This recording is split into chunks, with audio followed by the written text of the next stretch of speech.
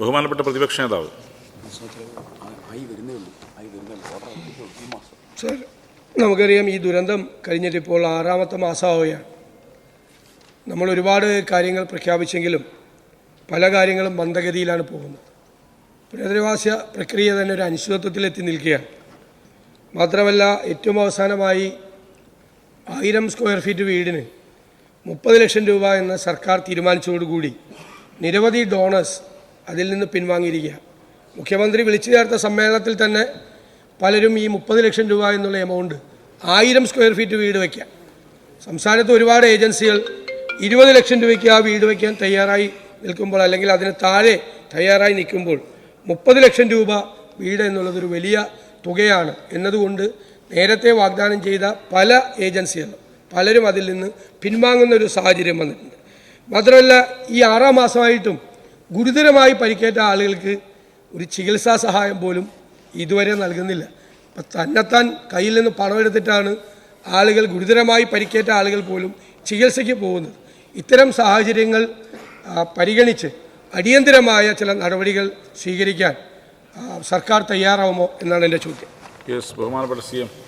Sir, ബഹുമാനപ്പെട്ട പ്രതിപക്ഷ നേതാവിൻ്റെ വികാരം അവിടെ വളരെ വേഗത്തിൽ നമുക്ക് പുനരധിവാസ പ്രവർത്തനങ്ങൾ പൂർത്തീകരിക്കണമെന്നുള്ളതാണ്.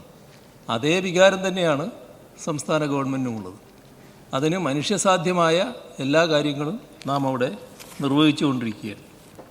ഇതിനകത്ത് സാധാരണഗതിയിൽ നമ്മൾ ഇത്തരമൊരു ദുരന്തമുണ്ടായാൽ അതിനാവശ്യമായ പുനരധിവാസ പ്രവർത്തനങ്ങൾ നടത്തുന്നതിന് സ്വാഭാവികമായി ഉണ്ടാകുന്ന കാലതാമസം നമുക്കെല്ലാവർക്കും അറിയാം. പക്ഷേ നാം കാണേണ്ടത്, നമ്മുടെ ഭൂമി സംബന്ധിച്ച് ഏറ്റെടുക്കേണ്ട കാര്യത്തിൽ ക്യാബിനറ്റ് 61 ദിവസം കൊണ്ട് തീരുമാനമെടുത്തു കഴിഞ്ഞിട്ടുണ്ട്. അത്രയും വേഗതയിൽ തന്നെ കാര്യങ്ങൾ നീക്കിയിട്ടുണ്ട്. അതുമായി ബന്ധപ്പെട്ട് പിന്നെ ചില തടസ്സങ്ങൾ വന്നത് ഞാൻ സൂചിപ്പിച്ചു. അത് നമുക്ക് പരിഹരിക്കാവുന്നതേ ഉള്ളൂ.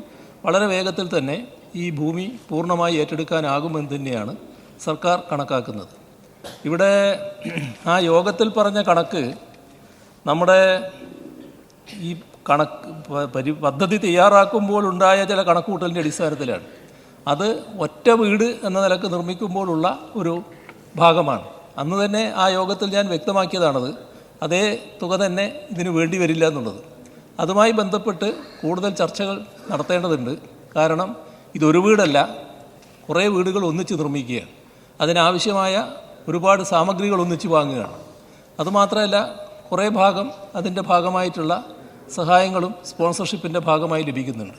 അപ്പോൾ ഏകദേശം ബഹുമാനപ്പെട്ട പ്രതിപക്ഷ നേതാവ് സൂചിപ്പിച്ച തുകയുടെ അടുത്ത് അപ്പുറവും ഇപ്പുറവും ഒക്കെ ആയിട്ട് വരുന്ന തുകയിലേക്ക് കാര്യങ്ങൾ എത്തിക്കാൻ കഴിയുമെന്നാണ് ഞാൻ പ്രതീക്ഷിക്കുന്നത്. അങ്ങേപോലെ തന്നെ അതുതന്നെയാണ് പ്രതീക്ഷ. പക്ഷേ അതിൻ്റെ അവസാന തീരുമാനത്തിലേക്ക് എത്തിക്കഴിഞ്ഞിട്ടില്ല. അത് നമുക്ക് എത്തിക്കാൻ കഴിയുമെന്ന് തന്നെയാണ് പ്രതീക്ഷിക്കുന്നത്.